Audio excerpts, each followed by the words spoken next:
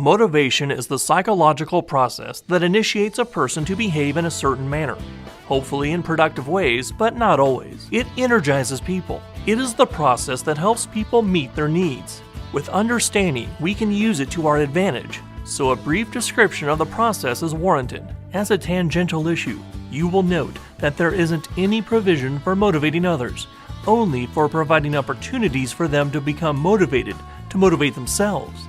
And this is done by offering them a chance to meet some need of their own. Motivation is a multi-step process that begins with needs: physical, emotional, and social. Abraham Maslow, a well-known psychologist, proposed in a 1943 paper that human needs are arranged in a pyramidal hierarchy of 5 classes of needs. Higher level needs depending on fulfillment of lower level needs as a prerequisite to their own fulfillment, labeling the 5 levels of needs from the most basic to the most complex: biological, safety, social belonging, achievement or recognition, and personal growth, previously termed self-actualization. There are probably many different ways of classifying and/or describing our needs, but Maslow's works, as well as any other, probably better than most. The process of motivation begins with needs. At the first stage, when a need is unmet, a person begins to experience a subtle sense of discomfort, at first below awareness, but the longer the need goes unmet, the more discomfort is experienced until it forces itself into conscious awareness. If the unmet need is lower on the hierarchy, it trumps unmet higher needs. For example, if a person's biological need for food is unmet, it will ultimately demand attention to the exclusion of needs for security or recognition. We will risk a great deal to avoid starvation. When the second stage of clear discomfort is reached, we embark on the psychological process of identifying and labeling the source of our discomfort, as in labeling the pain in my stomach as hunger.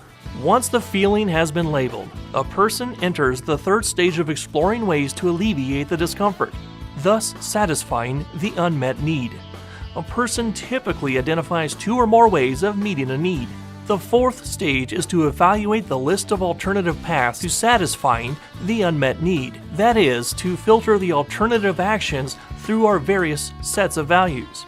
Our understanding of this process is enhanced, of course, by understanding our values, and that was presented in the last discussion. The best or most preferred way of meeting the unmet need, the highest priority value, is typically selected, but if there are unreasonable or insurmountable obstacles present, then the next best is typically selected. The fifth and final stage is to finally act or behave in a way that will actually satisfy our unmet need. Some might refer to the entire process of activating behavior to meet a need as motivation. Furthermore, some might refer to the feelings associated with drawing discomfort to our attention, or encouraging a repeat of the behavior through experienced positive and reinforcing behavior as emotion. The significance of this presentation is that it might help you to discover how you experience your needs